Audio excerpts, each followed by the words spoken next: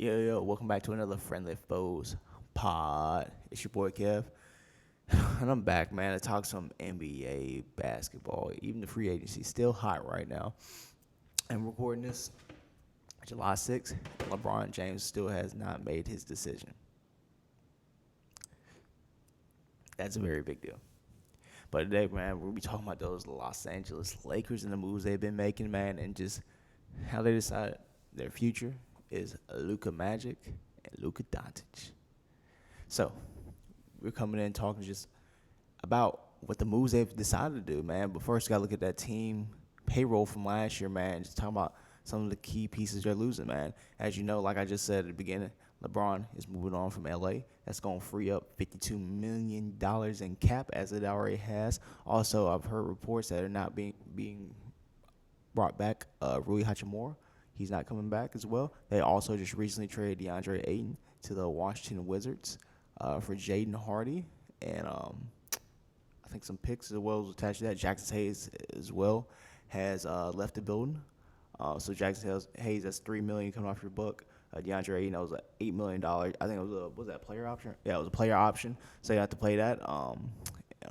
Washington probably sure will be picking that up. So you can expect probably Anthony Davis may be on the move with the DeAndre Ayton acquisition. Anthony Davis may be on the move back to Golden State, and that would also bring Golden State back in the sweepstakes for LeBron James. So I think that's something also to look out for. Also, Marcus Smart is on the move back to Houston. Not back to Houston, but to Houston, which is probably a lateral move for Marcus Smart. Trying to look for that championship team, and it brings Houston a great 3-and-D guy, man. Marcus Smart played really good down the stretch last year as a good key role, and going to do a lot of great things in Houston, man. But also they have just re-signed Austin Reeves to this biggest contract, 4-year extension for an undrafted player. I think it was over for $140 million. So they get to bring back Austin Reeves, great spark plug, a great just score all around, man, to pair with Luka Doncic, man. But some of the key acquisitions they did bring in as well, they brought in Walker Kessler, man. They finally get a big when LeBron exits the door. So when you get a Walker Kessler, man, he played, I think, 5 games last year. Great offensive rebounder, great rim protector, and great lob threat for Luka Doncic. I see it now, man, how I said this earlier when I was talking about the T-Wolves getting LaMelo over him and Rudy, man. For Luka, he's going to be able to hold just that center in that pick and roll and that hedge action. He's going to be able to hold him so much, so Walker Kessler's going to have so many lob opportunities. And also that corner 3-ball guy, that skip pass for Luka, is going to be a lot more open, man, because they gotta be able to tag that center so Walker can't get that lob from Luka. So Luka's gonna be able to make that skip pass to that corner 3-ball, which they got some shooters. The Jazz gonna receive unprotected first round pick in 2031, 2033, and first round pick swaps in 2028 and 2030 just for Walker Kessler, man. Walker Kessler, I'm pretty sure they're re-signing him as well. Yeah. He's expected to sign a 4-year, $130 million deal with the Lakers, man. Solid deal. Really, really solid deal for the Lakers, man. You get a young center who's able to be a rim protector. Like I said, really, really, really good rim protector. Really one of the best offensive rebounders in the game, man. Walker, he's smart. He's going to play the right way. So you get your center troubles out the way. You have a center for Luka to rely on. If you're getting beat, you got a rim protector in there. Especially when you have guard-heavy guards like Luka and Austin, who only play typically one side of the ball, mostly. Their defensive consistency is not always there, and they are a liability. Just say that they are a liability. When you have a rim protector back there for them to be protected, when they get blown by, you can really guard the 3-point line heavier, man. You can push people off that 3-point line and push them to the paint. Now you have a 7'2" guy down there that's gonna be a rim protector. So JJ's building a team that's able to push you off the 3-point line and make you take those mid-range shots, which are becoming less and less prevalent in the NBA today. So it's gonna be very fascinating to see how offensively teams scheme to play against the Lakers. Mid range is gonna be an option, but that's kind of falling out of the game. And because LA's gonna push you off that 3 point line and force you go into the paint or force you to take those mid ranges, but you go into the paint, you have to deal with Walker Kessler. So it's gonna be very interesting to see. The Lakers also, said, told you. Oh, it was actually a 4 year, $185 million deal, a player option in the final season. I don't know how I feel about that, but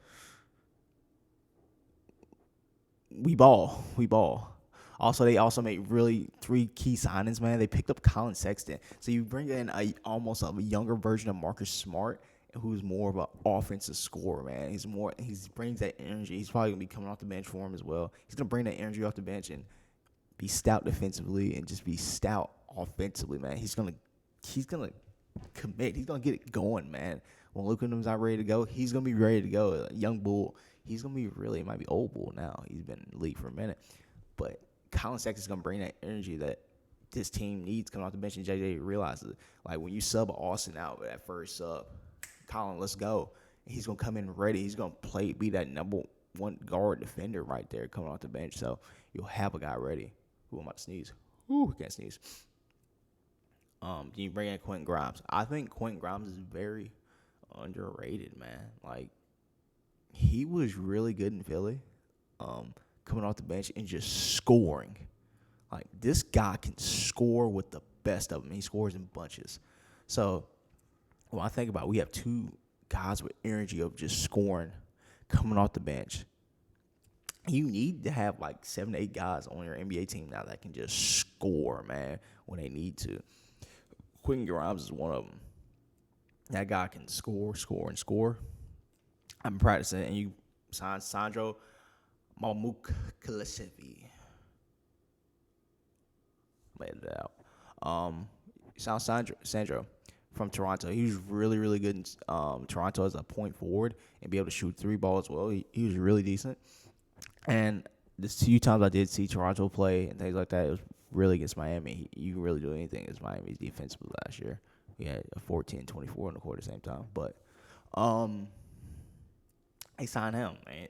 Just another depth piece to help out and just to be better, man. It's like just make them have more of an identity going forward. And this is building a team for LA that's very committed to pushing teams off the 3-point line, making you take those tough 2 mid-ranges, and offensively, they're going to be able to spread you out.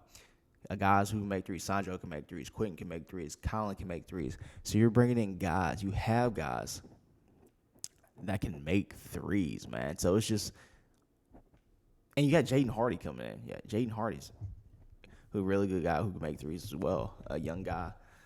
Who can make threes as well. So you have Luke Kennard, you have Jake LaRavia. You have all these guys that can make threes, man. Dalton Connect. If Dalton ever gets his game head together, he can make threes. Barani coming off the bench, he can make threes. You have all these shooters and stuff like that. So LA's team is centered around Luka and Austin being very ball dominant with that first group. So I don't see a lot of ball movement coming. But when you have that screen and roll action with Luka and Kessler or Reeves and Kessler, man, it's going to create that skip pass to be wide open because the corner guy, the corner defender, has to go tag that center, man.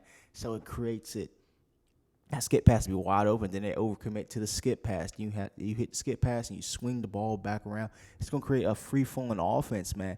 And it all helps Luka Doncic be a magician, man. So I think we're really seeing how JJ wants his team to be ran, man. Just like they're going to shoot threes, man. They're going to be really, really efficient offensively. And defensively, they're going to be tough defensively, man. You still have Jared Vanderbilt and things like that. You lose out on Rui, who was a good scorer. He was a good defender, good length. But I do think they're going to be all right. Only problem I do have with this team right now is who's our backup big? I don't know if I'm missing it.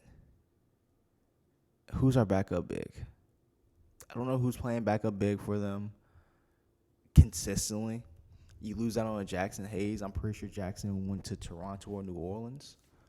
Who Jackson Hayes signed with?